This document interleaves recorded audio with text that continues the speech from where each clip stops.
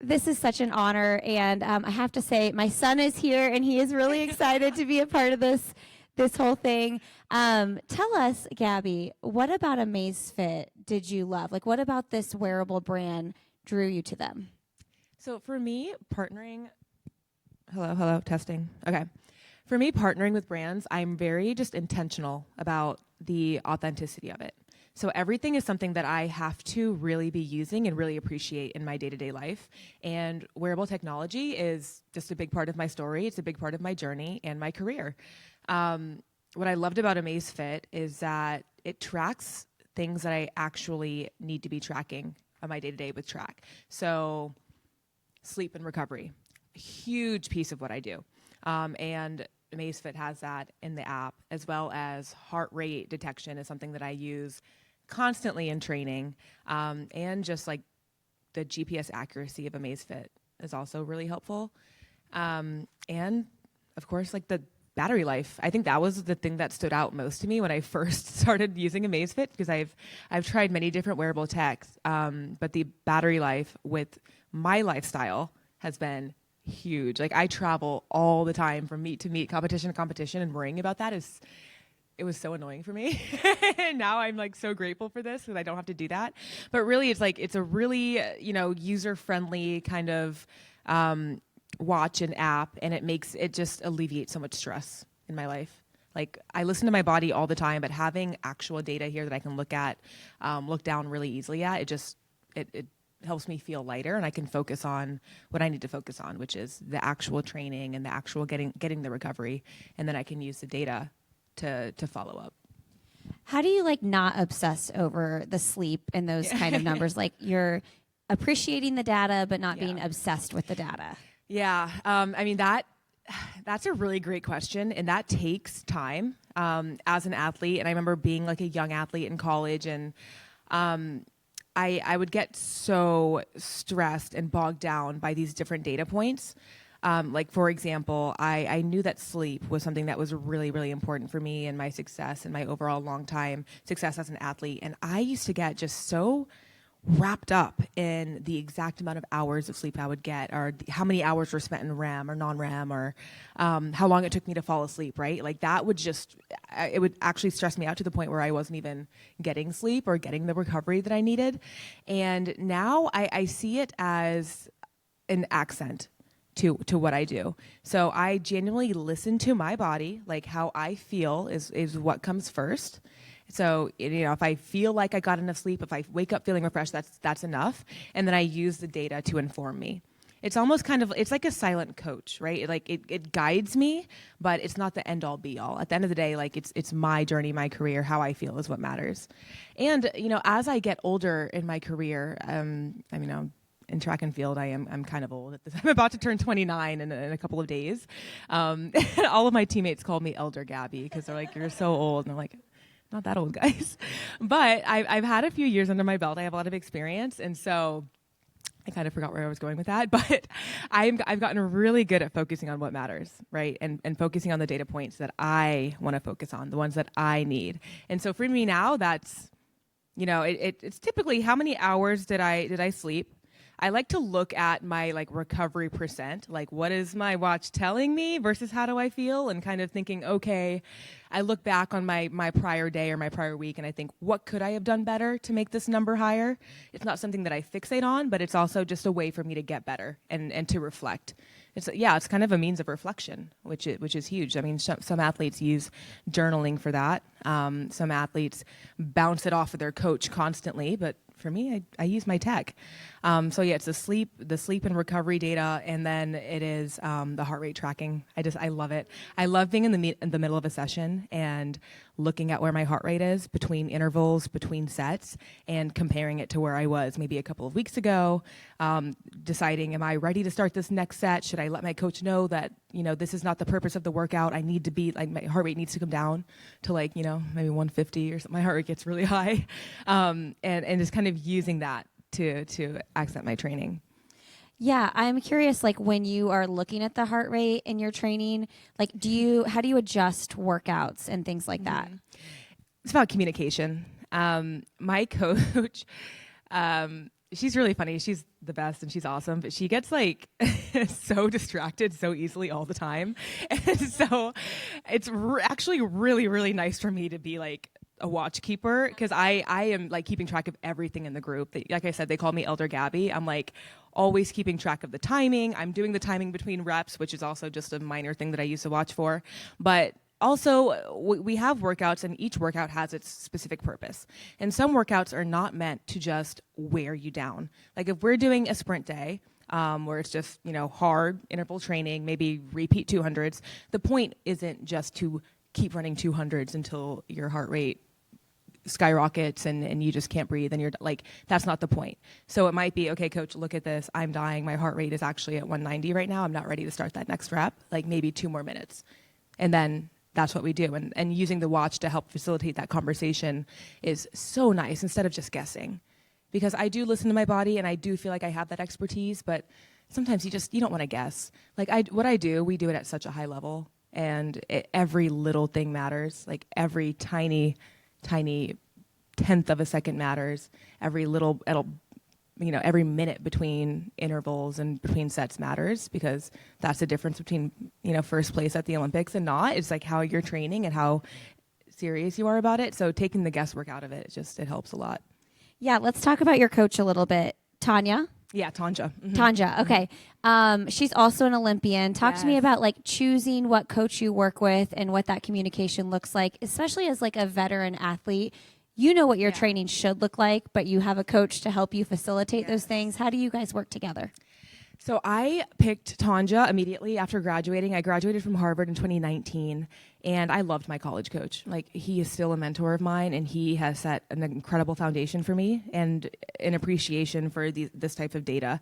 But I think when I graduated, I wanted to get to the next level, and I wanted to see if I could make an Olympic team. And at that time, it was the Tokyo Olympics. So I didn't know where to start. I didn't know much about professional sports and the landscape of track and field, just coming from the Northeast and coming from Harvard. And I hired an agent who still, didn't provide that much guidance for me at the time, in retrospect, when I think about it. But what I was prioritizing was, where can I go to grad school? And then where's a group where I've seen people be excellent, like make Olympic teams. So I went down to Austin, Texas. I'd never been before. And I visited this group. It was Tanja and 3 other girls who had graduated from Texas. And I was so just inspired by them. I mean, these were 3 Olympians, and I wanted to be an Olympian so badly. And I figured, if I want to be an Olympian, I need to surround myself with people who have been there, and the people who know what it takes to get there. And Coach Tanja, she's the only female professional sprint coach.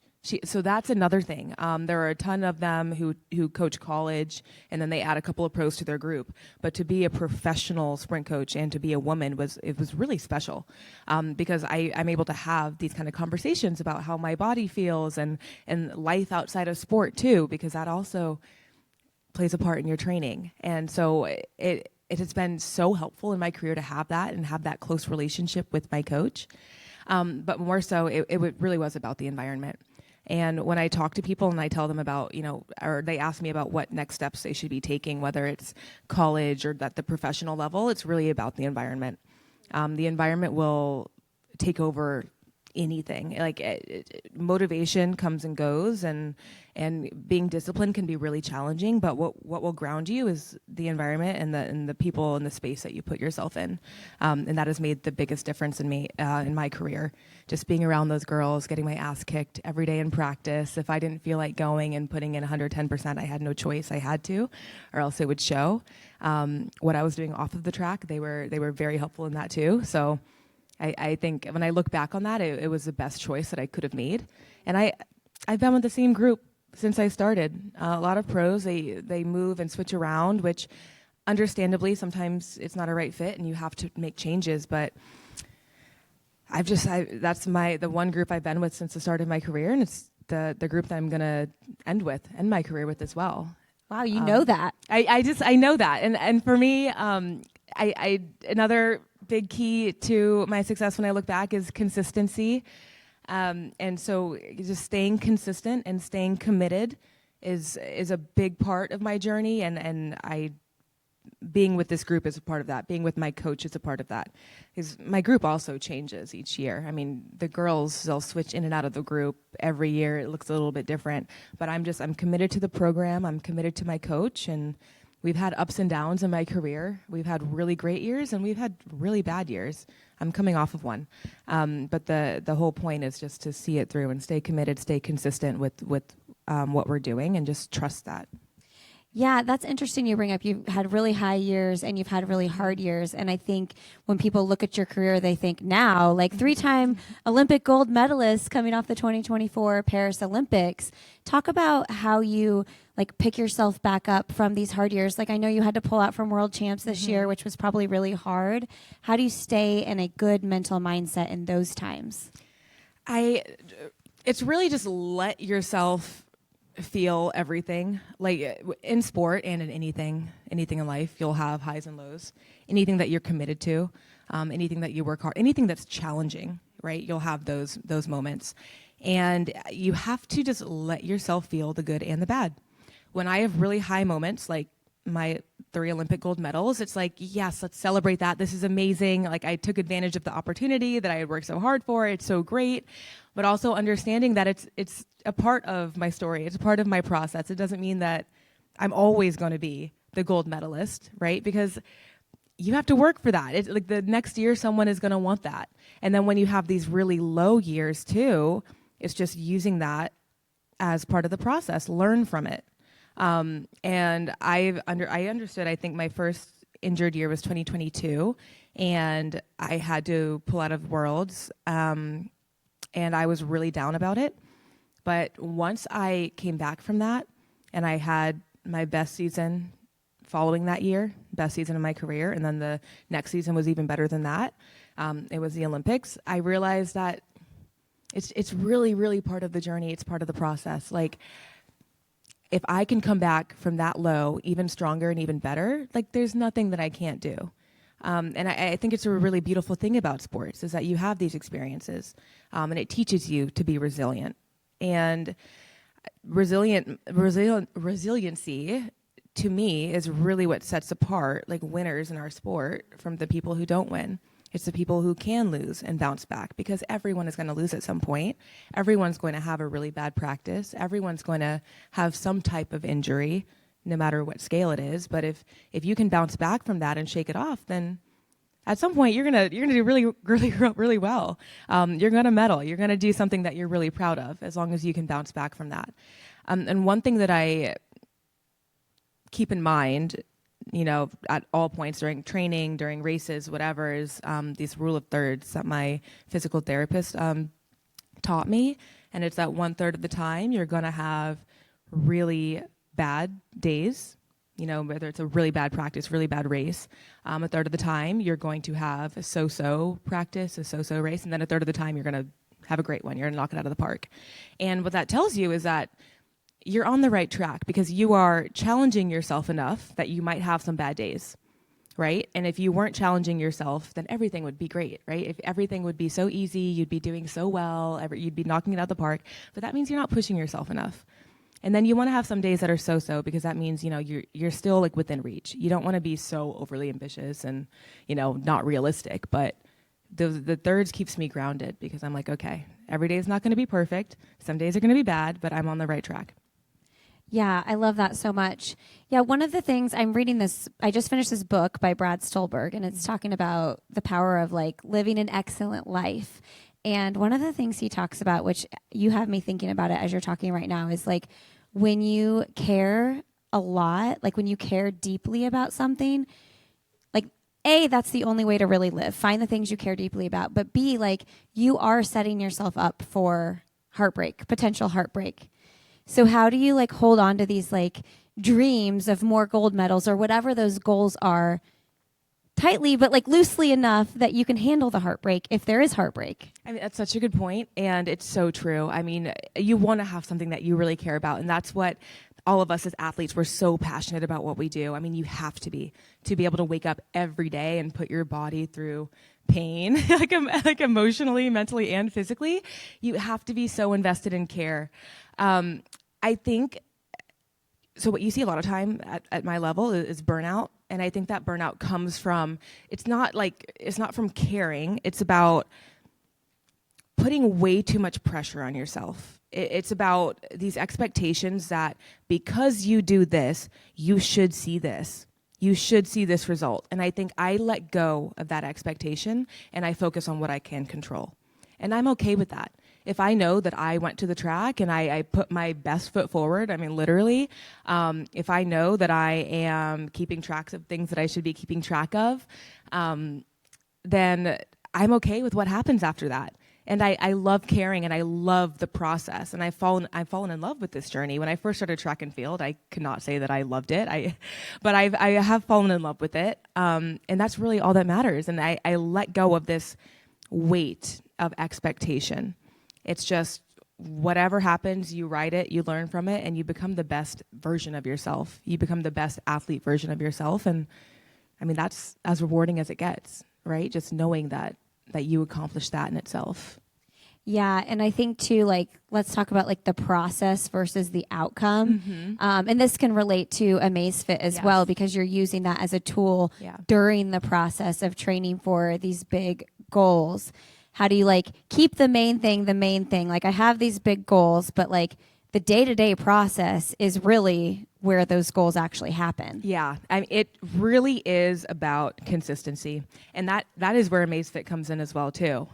It's consistently just being committed to tracking these metrics, right? It's consistently, some days you might not care enough, like, and that's okay too. Like, you know, you have off days, but it's keeping that consistency day after day.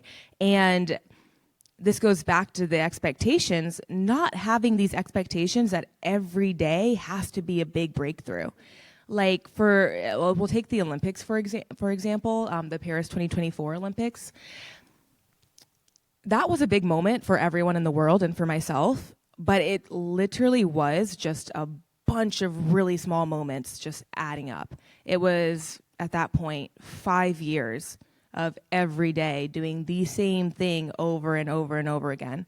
Like when I catch up with my high school friends or my college friends and we talk about like what we're up to and they tell me about these promotions that they got, or, you know, they're getting married and they're like, oh, what's new with you? And I'm like, well, I'm actually still doing the same exact thing that I have been doing since I left you. Since I left high school, since I left college, the same thing. I just go to the track, I do the same warm up, the same drills, not the same exact workouts, but basically the same workouts. And then I fuel, recover, go to sleep, and do the same thing over again. I miss birthdays, I miss weddings, I miss girls' trips, I miss so many things, family events, but it's just you stack up the same mundane things over and over and over again, and that's the process. And I have come to love it. I love it because I know what I'm working towards, and I feel like the best version of myself. And some people, it's not worth it. And that's really okay, but for me it is, but that is the truth of the process. And I don't focus on the outcome, because a lot of times people will also decide that the juice isn't worth the squeeze for that, right? Like they decide that, well, you're committing to these mundane things every single day and you still might not medal. You still might not even make the Olympic team. You might not ever make any team. And there are a lot of athletes like that who do decide that it's still worth it every day and they love the process, but you have to. You have to love it, or else, I mean, it'll kick your butt. Okay, probably the most basic question I'll ask you all day, but what did it feel like to win your first gold medal? Oh my gosh. If I'm being completely honest with you, it felt like relief, like just a huge weight off my shoulders, because I knew that was my moment. I knew that I had prepared. And what's funny, because I don't feel like a lot of people really appreciate this about the Olympics, but these are just the same girls that I race over and over again all season. So I'm like, I've already seen you guys over and over again. I've lost against a couple of you. I've won against a couple of you. But it's about being prepared for that one moment, that one time of day, that 20 seconds, and taking advantage of that opportunity. And I knew that I had prepared for that. I knew that I was in the best shape of my life, and I needed to seize that moment. And that was the one opportunity. You don't get it back. The Olympics comes every 4 years. In LA, I'll be 31, which in track and field, like I said, that's kind of it's ancient. So I was like, it needs to be now. And so when I did it, I thought, okay, yes. Like I took advantage of the opportunity. That was it. And then afterwards, I got to reflect, and I was like, oh my gosh, I'm so happy. My family and friends were there, and we got to celebrate. but that's truly what I felt in Paris. Now in Tokyo, my first medal, when I crossed the line, it was just pure excitement. Just, oh, I'm so happy to be here. Like, this is amazing. Oh my gosh, I got a medal. Like, it was so exciting. And then Paris was a little bit more like, oh, I can breathe now. You know, everything that I did it right. I did it correctly. I got this great outcome. But it's because I wasn't so focused on the outcome the entire season. It was like, oh, you know, I'm just doing what I need to be doing. And then when the outcome came, it was like, oh my God, like I got a gold medal. Like, oh my gosh. So yeah, a lot of mixed emotions. When did the like mindset switch from like, okay, so it sounds like you were so excited to get the bronze in Tokyo, but then like, okay, but like bronze isn't going to give me that excitement anymore. Like gold is my mission. That is true. I mean, once I got my first Olympic medal, it did shift my mindset of what I was actually capable of. I always knew that I wanted to be the best athlete that I could be, but now I was like, okay, now I can get an Olympic medal. Maybe I can get a gold medal. And truthfully, a lot of that came from, you know, my environment and the people around me. It came from what people were saying to me, and that's why environment and support is so important. My coach knew that I could get a gold medal. You know, track media was talking about me getting a gold medal, my friends and family. So I thought, okay, yeah, no, maybe I really can do this, because having that around you, what's coming, what you're consuming is so powerful. So I thought, all right, we're going for a gold medal. And again, it's one of those things that's so far out of your control that it wasn't about the medal, but it was about putting myself in the best position that I could at least compete for one, because you never know what's going to happen. And I'm sure everyone in this room knows that the difference between a gold medal and last place is less than half a second, really, in these races. And the difference between gold and silver can be maybe even a thousandth of a second. Not in my case, but in many cases it can be. So yeah, it's just about being in that position. But how do you handle the pressure felt on your shoulders? Like, because you said running media was talking about it. Like, people were kind of expecting, oh, Gabby Thomas is going to get the gold medal in the 200. Yeah. How do you handle that? Like, people had that perception ahead of time. Oh, man. That's I don't get asked that question very much. But, gosh, when I look back on that time period, I think it really comes down to focusing on the people around me and really focusing on what matters. Like, what can I control? And I can't control what people are going to say. And you can't focus on that either, because it can be crippling. Like, that type of pressure and anxiety can be crippling. And my first Olympics, I do remember feeling like I had this paralysis in the blocks, where like, I was so nervous, because even in Tokyo, people were saying that I was going to get a gold medal. And I just remember, like, I was like, when the gun goes off, like, are my legs going to move? I'm just so anxious. I didn't even know. And then they did. And I went on autopilot and did what I do. But over time, like over the course of these last few years, I've learned to focus on myself. And I do think that's also where mindfulness and meditation really comes into play too. It's something that I discovered in college when I was studying neurobiology and doing track. It's just how powerful meditation and the mind is. And I think what really helped in Paris was being able to block out everything, like from the media, whatever if I see a headline, it immediately left my brain. Or if I'm even in the stadium where there were, 80,000 people, just being able to completely block that out and just focus on what's in front of me. That helps a lot. And practicing that every day. Like, every day when I go to the track, I think about that, right? It's like, okay, there's a lot of pressure, block it out, treat this rep like it's a race. And practicing that kind of mindfulness every day, that kind of self-talk, that kind of conditioning, and then it helps set you up for these big moments. Wow, I'm like surprised to hear that you felt that, like, that fear, like, are my legs gonna move? Yeah. I feel like it really humanizes you as like a gold medalist, really, truly. Yeah, yeah. Let's talk about the shift from, so you win gold in the 200, 4x1, 4x4. I want to talk about like the shift of those 3 different events, like the speed, the stamina, all that goes into it. And of course, Amazfit can play into that when you're training too. Like, I'm assuming you're mostly focusing on the 2 since that's your solo gold medal event, but how do you focus on that shift? Yeah, so the 200 is my baby. I've just fallen in love with it. I think I'm also just naturally built and geared towards the 200 because it's this really beautiful combination of speed and power and also a little bit of endurance. But I train truly for all 4 events. I do a lot of 100-meter training and 400-meter training, which is probably why I succeed in the 200-meter where it all comes together. That being said, I do believe this year we'll be moving up to the quarter, just running more of those and focusing on that for LA 2028. Because I think I've just enjoyed that type of training a little bit more now, and I also do believe that it helps increase the length and duration of my track career. Just a little bit less of that really hard pounding and sprinting over and over again, because it's really hard to do that with injuries. But yeah, and using Amazfit to cater to that training is really helpful too. This off season, I've been going on a lot more long runs. I'm now tracking my workouts on my Amazfit and on Strava, which is a lot of fun to do when you're doing like the longer distance running. And wait, what is longer distance for you? We're dying to know. I've made so much progress and growth this off season. So prior to this off season, my longest distance ever run was 1 mile. And my fiance back there, he's training for a half marathon.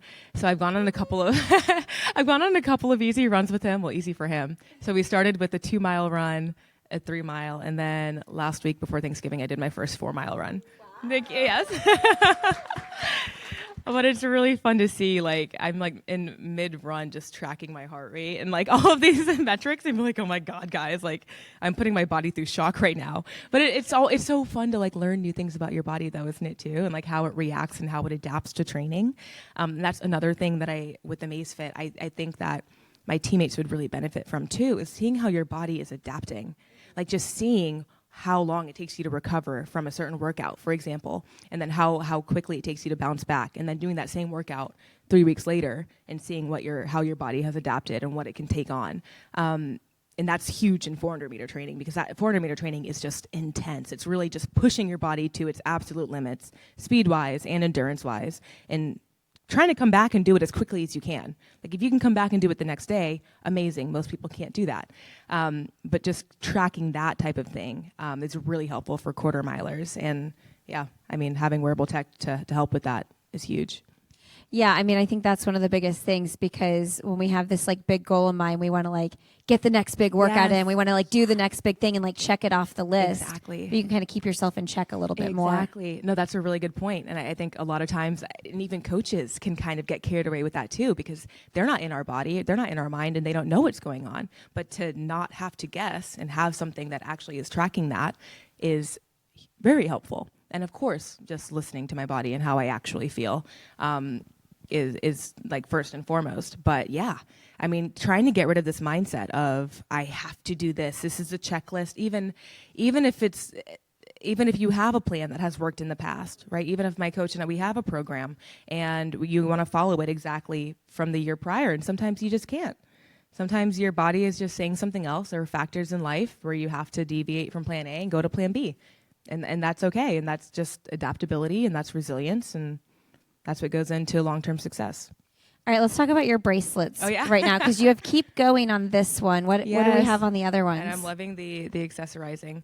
I have so many of these bracelets. This one says brains and bronze. Love. I don't know if anyone knows Alona Maurer, the rugby player, but that's what that's about. Oh, love her. Yeah, she's awesome. Trust the Pace is one that I designed, and it's about that. It's actually about like trusting your own pace, and if you have to deviate from this checklist and this perfect program that you've created, that's okay. Just trust the process. Good energy, of course. The founder of these bracelets gave me this one. Keep going, courage, and the. Do you guys know Our Turf? Like On Her Turf. It's this women's sports media page, and they sent me this one. But yeah, I love that. Now, and it goes with the watch because it's like a Yes. sleek design. That's the one thing we Yes. love about this is the active Yes. too. That's the one thing we love about it. It's got this like sleek design and you can change out the bands. Yes. So this is a Yep. different band you've chosen. Exactly. So I went with this blue one because it just goes with the outfit, and I love it. But I love that I can change it every day according to what I feel like. And one thing about track and field is like you have to feel good and confident, right? And a lot of that is in our sport and our culture is like how you look and how you're expressing yourself with our race kit, our hair, our makeup, our accessories. A lot of sprinters run in jewelry and accessories, watches, and so it's really fun that we get to do that. Yeah, I've always wondered with the accessorizing and the sprinting. Like, do you wear it all? Like, do you wear all your bracelets when you? I do, yeah. I It's wear not whatever I feel. distracting. No. Okay. And I think because we're going so fast, you just don't feel any of it. Like maybe if I were doing something long or even a quarter as I move up, I'll see. But like when you're running kind of slow, you're like aware of everything. Yeah. And you're getting so tired, you're like irritated with everything on your body. You're like, get this off me. But in sprinting, it's like, 10, 20 seconds. So you just go. Were you guys surprised to hear when she said that the longest run was the 3 miles? Everybody was surprised. I remember the first time I interviewed someone who was like a master's 60-meter runner. Oh, yeah. And she was like, 3 miles? Are you kidding me? No way. Yeah. I couldn't believe it. I mean, when I did the 3-mile run with him, I was unwell. I mean, I had put my body into shock, and I was monitoring my heart rate in real time. I had hit 192 or something in the middle of the rate. Oh my gosh. I was like, this is not okay. Yeah. I had taken breaks too. It's not even like I ran it straight through. Yeah, but I'm working on it. I assume that like what's the percentage of like weight room versus actually like running? Okay, we do spend a lot of time in the weight room. I would say, I mean, in terms of actual time, it's 50-50. It's split, yeah. But we're in the weight room, my group, twice a week, just for a long time, maybe 2 hours, and then other groups will do 3 times a week, maybe 4. But weight room training is such a big part of our training. It just complements the sprinting, and not just to be strong and powerful, but to prevent injuries. Yeah. Are you doing like a lot of deadlifts, things like that? Oh yeah. So yesterday's session was full cleans, full back squats, deadlifts, and then a lot of core stuff. One thing I wanted to ask you about is like when you have these goals, like right now, I'm assuming one of your big goals is 2028 Olympics in LA. How do you like not obsess over like that? It's so far away, but like you said, you have to stay consistent day to day. How do you like keep it real with that? Truly focusing on what's in front of me. I of course I keep it in mind, right? So even the decision to not run world championships because of my Achilles injury this past year was with LA 2028 in mind. It's like I cannot have a ruptured Achilles for this next cycle is too important. But at the same time, it's focusing on this year we have a World Ultimate Championships and Atlas, which is a women's track league that I'm co-founding here in the U.S. And so I want to be healthy for that, and that's what I'm focusing on. And it's kind of a closer term goal where I can be like, I feel like I'm working towards something, and it helps with the motivation piece of it all because, of course you're committed and you're disciplined, but having a little bit of motivation is also pretty important. So that's what I focus on, and I take it day by day and focus on what I love in the day-to-day of it all. Like every day I go to practice and I line up and I do something and I treat it like it's a race day. I take what I can from it, and yeah. What are some values in your life that like apply to your training? I think growing up, my mom instilled like this sense of independence and ownership. So she was never on me every day about like getting my homework done, or in sports it was never about winning, but it really was just about being independent and showing up for myself and having that integrity. And I think that really translates into what I do now. And it's like I'm not in it for that, like we talked about before, like for the outcome. It's about I'm doing it because I want to be there, and I have that capability of doing that because I grew up with independence and ownership and accountability, and it's the integrity piece too. It's like doing things the right way because that's how I grew up. Those were the values that were instilled in me, and and just going after it.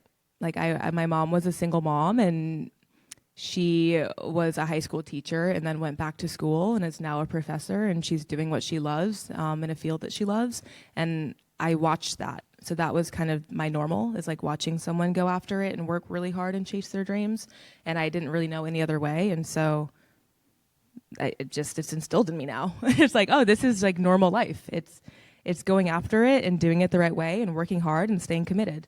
And I'm so grateful for that because, yeah, that's who I am. I love hearing that so much. Like, one of the reasons I wanted to bring my son here for this event is like, I think it's so cool for our kids to see us like pursue our careers and do what we love outside of the day-to-day parenting for them. So to hear like you, an Olympic gold medalist, still talking about like seeing your single mom, like be a teacher and then chase those dreams and become a professor. Yeah. Like that sounds like it had such a big impact on your life. Did. I mean, she brought me to her classes. So yeah. And I remember sitting there not knowing what was going on, but now I look back, I'm like, oh no, I know what was going on. And so it does have a big impact. Oh, that's so good. I always like to ask the question because I think about I always think nature versus nurture. Like, how much of this person who chases excellence and wins gold medals and goes to the Olympics, how much of that is like who you are to your core, and how much of that is like what your mom instilled in you? Part of it has to, I have a twin brother too, but part of it has to be half and half because I also am just naturally so competitive. Like for Christmas, for example, we'll like hang out, play Uno or whatever, and like I'll ruin the entire night because I'm so competitive, and I'm like, well, we'll just never do that again. And my twin brother is not like that at all. He's very, very relaxed, very like everything's gonna work out, it's gonna be great. Does he do sports? No.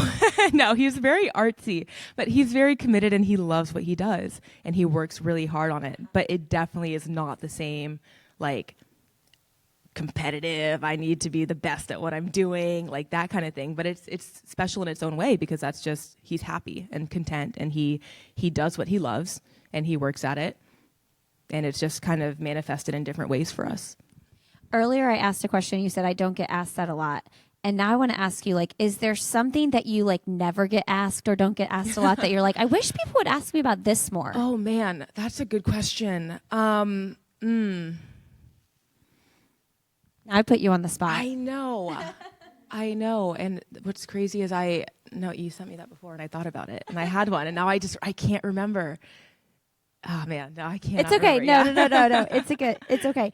When you were talking about your training group earlier though, and you said like, I wanted to go to a place where people were chasing like big goals. They were living this excellent life. You are now like a veteran in that group. And I'm assuming there's lots of people who are like, I would do anything to be in that group. So how do you handle being in that position, like as the veteran now? You're the veteran Olympian, the veteran gold medalist, the veteran in the group. How do you handle like mentoring that younger generation? Well, I've actually never been asked that before, so that's that's a fun question. It's definitely been a transition. It's weird going. It happens so fast, right? Like our career windows are so short. So going from being the rookie in the sport to being a veteran is like the course of 5 years.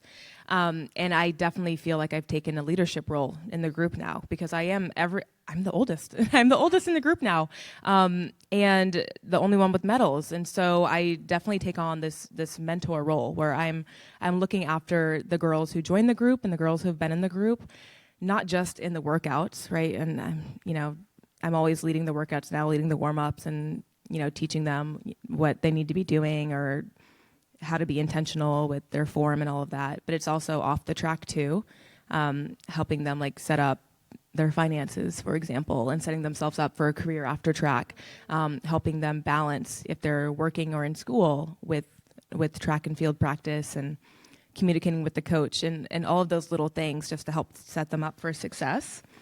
My coffee. But I also think it's beneficial for me too. I mean, you learn a lot through that kind of relationship, and I learn a lot about myself.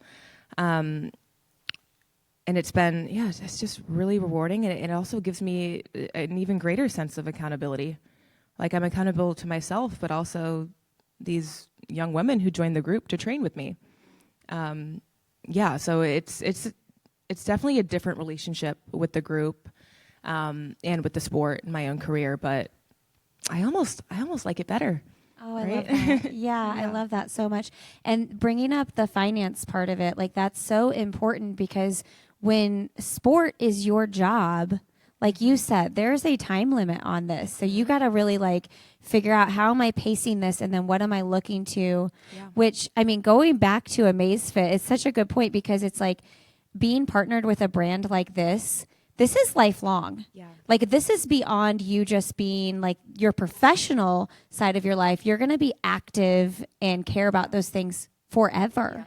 No, exactly. And I was talking to Max about this in the car over here, but like, I want to do a high rocks competition. Ooh. Like, that would be awesome. And you don't get that many opportunities to do that while you're actively competing. There are so many things that I'd love to do, but I'm actively competing and I can't. But exactly. And that's why partnering with brands that actually mean something to you and are actually authentic to your life and who you are and to your values and core as a person is so important.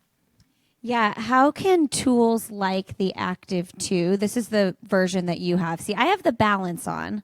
I only have one bracelet. You're making me think I need more bracelets. How can that make like elite level insights and training? Like, how do you think we can use that as just amateur? Not just as amateur athletes. Well, that's the thing. It's so user friendly and it's great for everyone. I mean, there's like, I compete at the elite level, but everyone is an athlete in their own way, right? Everyone in their own life is an athlete, whether you are actively like working out every day or only once a week, whatever you are. And you can always take control of your health and just yourself. And so there's something for everyone there, whether it's sleep and recovery, whether it's tracking your actual workouts, right? Whether it's cycle tracking. I mean, there's just for like women's health, for example, but there's something for everyone where you can get something out of it. And you can start small and you don't have to get too overwhelmed or bogged down by all the data, but just pick a couple of things that you care about or that you want to get better at. And it's just very user friendly. Grab the watch, put it on, check the app every couple of days. Maybe use it to journal like how did you feel today? How did you wake up feeling? How did you go to bed feeling? Do you feel achy? Do you feel moody? Whatever, and just start journaling. And the technology helps a lot with that. Have you, now that I am not mentioning age, you have mentioned age. I'm not mentioning age. But have you noticed, like, are you having to shift, like, the way you're training and what you're focusing on? Yeah. At the very young age of 29? It's so funny. I mean, yes. And that's part of what I was saying went into my decision of maybe moving up to the quarter this year too. It's a different type of training and it's not so intense all the time, wearing so much on your body. But yeah, I try not to think about it too much, right? Because the mind is so powerful. And if you tell yourself that, oh, you're getting older, then you will feel that. But there are some times where I have to prioritize rest and recovery more than I would have, when I was in college. And sometimes that is the training. Sometimes the training is just taking a day off. And that's just part of the game. And that's also where the Amazfit comes in too. If you look at it and you see, hey, today's not my day, the data's backing that up, and I also feel that, then it is what it is. How do you apply, you went to Harvard, neurobiology, and then master's in public health. Mm-hmm. How do you apply what you learned in school to your life on the track? I think so. When I was in college, neurobiology is basically like how the brain and body communicate and then how that translates into your life. And so when I was in college, I internalized that so much. My coach actually had me writing papers on the importance of sleep. And I remember one statistic, it was something, if you are going off of 4 hours of sleep and trying to go train the next day, it's the equivalent of training drunk. Like that's how bad it is on your body and how you're putting yourself at risk of injury. And it stuck with me. But having that, I think that understanding and appreciation for how the brain and body communicate, I just took it so seriously from a pretty young age, earlier than most people do in the sport. And I think that's a big part of why I have been successful, because I'm not built like most sprinters and I don't have that natural natural God-given talent and ability that other people did have. I got kind of a slower start into the sport. I wasn't the best in high school or the best in college, but I was so focused on those small things that I could do better and better every day, and it was because of my foundation in neurobiology. I was focused on, that sleep piece. I was focused on neuroplasticity, and I was really into it and how the repetition of training and movements really sticks with you, and it's essentially muscle memory. I mean, that's all it is. It's like a fancy word for that, but I was so into it, and so I was always, the last one at the track every day, getting something right, because that's how ingrained in my brain how important that stuff was. I'd say it just had a big part in my career in that way. I think that people will be surprised to hear that piece. Like you're not the most naturally gifted and all that. Because when we see athletes who are like on the top, like literally the top, we assume, well, they're the best of the best. They have this natural talent and they have this work ethic. But it is true. Like you talk about you talk about like Kobe Bryant and people like that. Like those people, they're the ones that are going the extra reps. They're the ones that are like so dedicated. Exactly. So in a way, it's a blessing, right? Because if I had just been winning everything out the gate, you're less inclined to focus on these small things that make you better. But when you do have to do that, I mean, it's like the expression. What is it? Like hard work beats talent when talent doesn't work hard. And obviously everyone at my level is working hard, but it's like, who is going for that like extra inch, extra centimeter every day? Ooh, man, that's a good conversation for people with kids to have with their kids who want to be athletes because I always say that to my kids. I'm like, if you want to go up that next level in soccer or whatever it is, I better see you in the front yard doing this on your own, like a little self-motivation. Yeah, and I did that. Soccer was my main sport when I was younger, and so I did because I loved it though, and that was a big part of it too. I think like I never just felt like this pressure to have the outcome. It was like I know I loved it, and I wanted to be there. I wanted to be better, and we left it at that. I was having fun. Okay, we are going to open this up to some questions. I know there's some people here that have some questions. Before we do that, I want to know, like, what does Gabby Thomas listen to chill? Mm-hmm. What do you listen to get hype? What's your, like, go-to? Right now, I'm really into Olivia Dean. I'm just obsessed. I listen to very, like, relaxed music most of the time. And I think that's just, like, my overall vibe. I like to keep things calm, especially before I compete too. My energy is like more calm and meditative rather than listening to hype up music. I like to be in a very controlled and focused state. And then once I get to the line, like I'll turn it on, but you're not allowed to have headphones out there. So I hype myself up as soon as I get to the line, but it's really like an energy conservation kind of thing.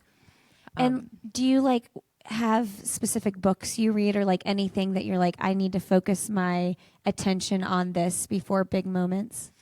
Not necessarily. What I do before big moments is meditation and some type of journaling. It's all just kind of internal work. As far as like books, I mean, I enjoy reading just in general in life because I do think it's a good thing to kind of calm your brain down and not be overstimulated all the time. And I'm a big like memoir, autobiography, self-help book person. I love it. But before big moments, no, it's really just keeping things calm, not focusing too much on routine because I'm like the opposite of superstitious. So it I don't want to feel like anything's out of my control. If something happens out of routine that I can't control, I don't want that to fluster me. So I treat race day like a regular day. I love that. What's a memoir we all need to read? Oh my gosh. My favorite memoir is Open by Andre Agassi. It is the best I have ever read. I love it so much. And it's tennis, but I relate to it so much. I think anyone can relate to it. It's incredible. Yeah, I read that book this spring, and and I was so like surprised at how much it actually seemed like he hated tennis.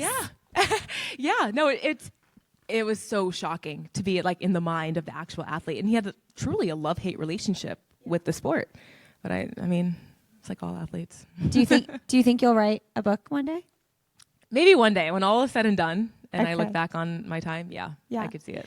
Okay. The last question I always ask people on my podcast, I'll have another, which we will air this on that feed, is what is your last message to leave with the audience today?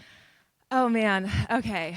My last message, I would say, I think if you have any goal in mind, I would say continue to just do the small things, do the little things every day, and stay committed and stay consistent.